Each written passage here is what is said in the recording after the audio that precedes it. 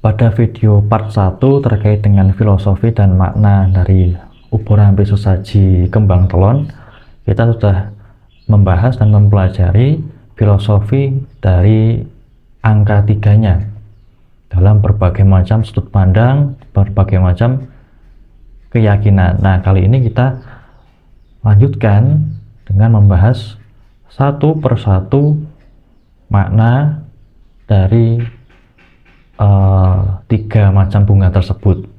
Nah, dan kameranya akan saya arahkan langsung menghadap ke bunganya supaya lebih jelas lagi. Nah, ini dia contoh dari kembang telon yang sudah layu karena sudah disuguhkan kurang lebihnya 2 hari 1 malam berarti. Nah, di sini kita bisa lihat ada mawar merah, mawar putih, kemudian ini kenanga yang sudah layu, kenanga yang sudah garing, kemudian ada bunga kantil. Jadi ada tiga macam yang menjadi satu wadah yang manunggal, menyatu pada satu wadah, yang mana kalau kita pertama-tama mau mempelajari terkait dengan bunga mawarnya terlebih dahulu, kita perlu mengingat bahwa mawar itu adalah kretoboso. Kalau dalam bahasa Jawa, kretoboso itu seperti singkatan dari kepanjangan, yaitu mawar itu adalah mawi arso. Mawi itu adalah dengan, kemudian menggunakan, arso itu kehendak yang ada dalam batin atau niat kita. Mawi arso adalah dengan kehendak atau niat yang apa? Yang luhur, yang suci, yaitu kita mensuguhkan mawar ini dengan kehendak dan niat yang bagus, yang suci. Kemudian mawar itu juga bisa diartikan sebagai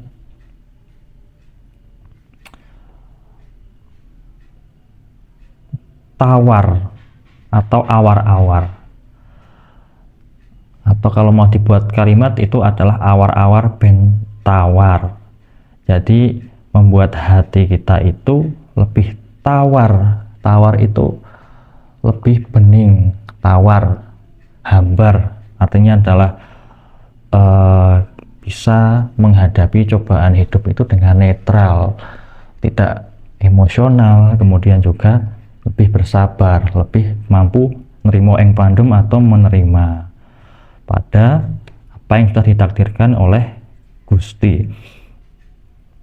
Nah, itu mawar secara umum. Kemudian di sini ada merah, ada putih. Kalau kita melihat warna merah dan putih, kita bisa menyimpulkan yang merah ini adalah getih abang. Getih abang dari mana? Dari biung. Getih abang itu adalah darah merah dari biung, dari ibu. Kemudian kalau putih itu adalah getih putih. Mawar putih adalah getih putih atau darah putih.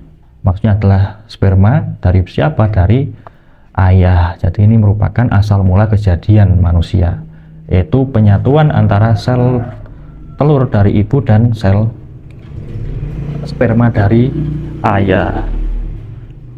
Sel telur dari ibu dan sel sperma dari ayah. Nah, kemudian kalau yang merah itu merupakan simbol dari hal yang semangat, hal yang berani, hal yang kuat. Itu adalah merah. Mohon maaf, ada motor lewat, suaranya masuk. Simbol keberanian, kekuatan, kemudian kelurusan tekad, keteguhan, itu kan yang merah. Kalau yang putih ya beningnya hati, kelembutan, kemudian juga perasaan. Nah, itu yang putih. Nah, kemudian antara tadi ada unsur dari ibu dan unsur dari ayah, itu juga terkait dengan tidak hanya ibu dan ayah kita yang melahirkan dan merawat kita, tetapi juga antara ibu pertiwi atau ibu bumi dan bopo angkasa. Ibu pertiwi atau ibu bumi yaitu adalah bumi kita yang kita injak, yang kita tidur di atasnya, kita hidup di atasnya, kita memanen hasil dari bumi, hasil bumi, makan dari bumi. Itu adalah ibu kita, ibu bumi. Kemudian ada bopo angkasa, bapak angkasa, bapak langit. Jadi ada penyatuan bumi dan langit di sini. Bapak angkasa terkait dengan udara yang kita hirup. Kemudian di situ ada matahari yang menyinari kita sepanjang hari. Nah, sebagai simbol pengayoman. Dan manusia itu kan ada di antara bumi dan langit.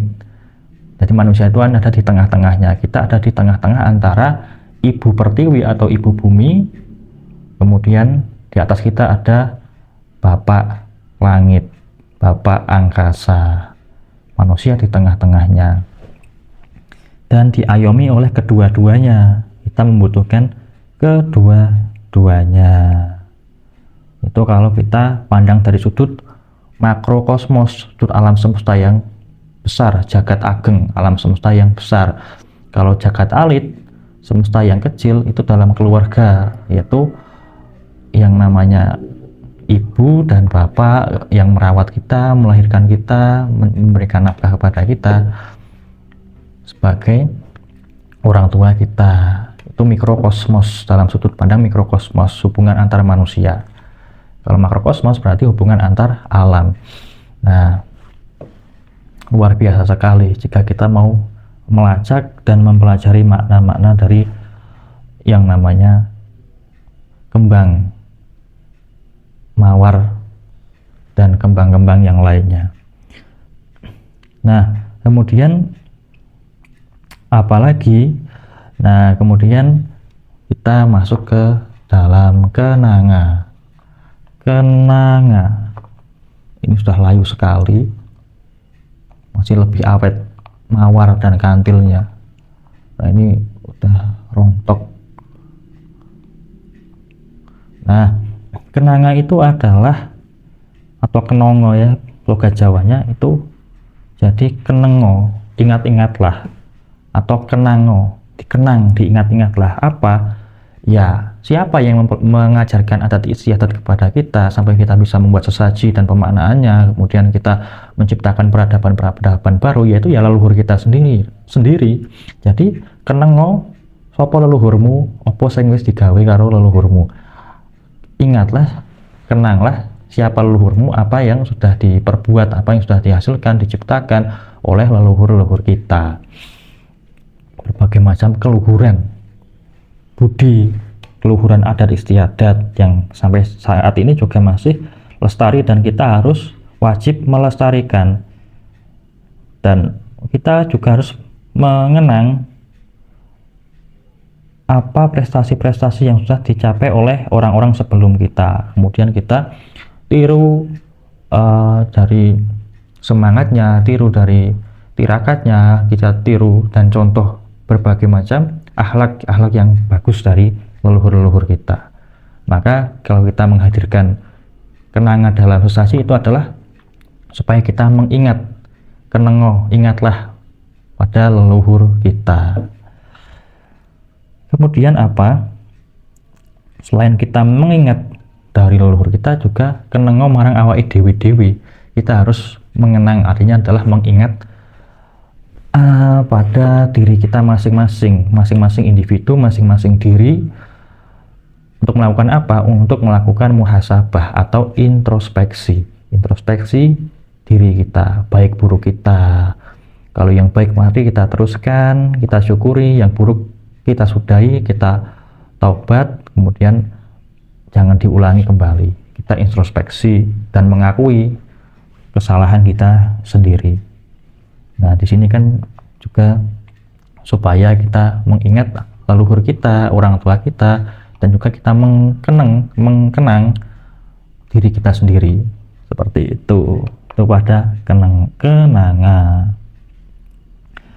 Selain keneng yaitu bisa henengo. Kenanga henengo. Heneng. Kalau udah heneng, kemudian hening dan akan ketemu henung. Nah, itu satu filosofi yang sangat dalam sekali. Dalam diamnya kita tidak hanya diam, tapi kita menyatukan diri kepada Tuhan, kita melakukan introspeksi, melakukan sebuah tirakat pembersihan, pensucian diri dengan diam, dengan nyepi, dengan heneng, dalam keadaan yang hening, maka akan ketemu henung, ketemu apa yang kita cita-citakan, apa yang kita inginkan. Kemudian yang ketiga ada, nah di sini adalah kantil. Kantil ini yang bisa dibuat untuk pengasihan, pelet pengasihan, bisa juga untuk kerejekian. Kantil itu artinya adalah kumantil. Kumantil itu nempel. Kantil itu kan nempel, melekat, kemudian nempel, melekat, menjadi satu. Karena apa? Ini bisa digunakan untuk pelet, itu untuk supaya mohon maaf, itu ada motor lagi lewat, suaranya masuk. Nah, itu untuk pasangan kekasih supaya tetap kantil, nempel, jadi romantis terus. Dan kalau belum jadi pasangan kekasih, supaya harapannya si yang disukai itu bisa nempel kepada kita, maka digunakan sebagai media pengasihan. Kumantil. Nah, kemudian kalau kita mau menghubungkan kepada spiritual, maka kita hubungkan diri kita itu supaya kumantil kepada Gusti yang Maha Agung, pada Tuhan yang Maha Esa. Apapun yang terjadi, yang kita alami, segala macam ujian, cobaan, pengalaman hidup, itu haruslah selalu kumantil, haruslah selalu berserah dan berpasrah, memohon kepada Tuhan yang Maha Esa. Jadi kita kantil, kita dekat dengan Tuhan yang Maha Esa. Bisa juga kantil itu artinya adalah kanti laku, itu kreto boso lagi atau singkatan lagi, kantil laku. Jadi ilmu iku kelakuannya kanti laku. Kalau di dalam ajaran Jawa seperti itu. Yang biasa ditembang-tembangkan yaitu ilmu iku kelakuannya kanti laku, bahwa ilmu itu harus juga dengan amal, dengan laku. Tidak cuma sekedar teori, tapi juga harus dengan sebuah praktek nyata, praktek konkret, untuk supaya amal itu juga berbuah. Sebagaimana pohon itu diibaratkan sebagai ilmunya, dan buahnya itu adalah amal, supaya memperoleh hasil dari ilmu itu harus diterapkan. Kemudian tadi sudah, nah ini kalau ketika digabungkan sebagaimana dalam video sebelumnya, bahwa hidup itu mawarna-warni, gesang itu mawarna-warni, hidup itu adalah bermacam-macam warna, berbagai macam percobaan, pengalaman, rintangan hidup. Tapi kamu harus tetap, kamu boleh seperti itu, boleh seperti ini, kamu boleh berbuat seperti itu, berbuat seperti ini, melakukan segala cara. Jadi kenong ini, tapi harus tetap kumantil, harus tetap ingat kepada Tuhan yang Maha Esa, supaya lakunya tetap benar di dalam koridor-koridor yang masih benar, apapun yang kita lakukan. Seperti itu. Nah, kemudian misal salah satunya tidak ada, itu biasanya kan diganti dengan melati, masih telon tapi melati. Misalnya ini hilang kantilnya, wah berarti ada mawar, kemudian di sini ada kenanga, kemudian sama,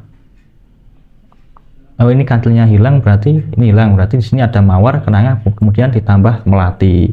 Kemudian kalau misalnya kenangannya yang hilang berarti mawar, kemudian melati dan kantil. Nah kalau melati sendiri, nah di sini tidak ada sampelnya karena kalau beli melati itu memang agak susah carinya. Biasanya di tempat-tempat rias pengantin, tukang rias pengantin biasanya ada. Kalau di penjual itu kadang ada, kadang tidak, karena memang stoknya terbatas. Jadi melati itu adalah singkatan atau kreta basa dari rasa melat saka njero ati. Nah, rasa melat, rasa melat dari dalam hati. Rasa yang harus tulus, yang bening, yang benar-benar saka njero ati, dari dalam hati, menyimbolkan beningnya hati. Warnanya kan putih biasanya kan. Itu bagaimana kalau kita itu berperilaku, kita berucap, kita berniat, itu harus menggunakan hati nurani kita yang paling dalam, yang paling benar-benar menggunakan perasaan dengan ketulusan, yang mana benar-benar itu adalah saka njero ati yang bersih, bukan ati yang busuk. Maka warnanya adalah putih bersih dan harumnya semerbak bunga melati itu. Nah itu terkait dengan filosofi dari masing-masing ubo rampe sesaji dalam wujud kembang telon.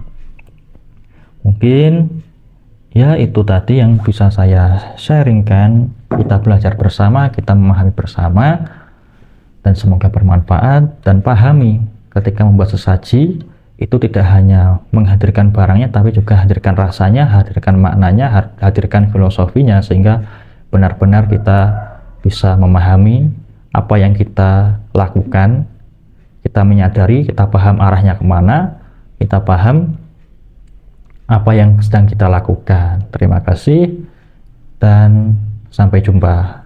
Rahayu, rahayu, rahayu.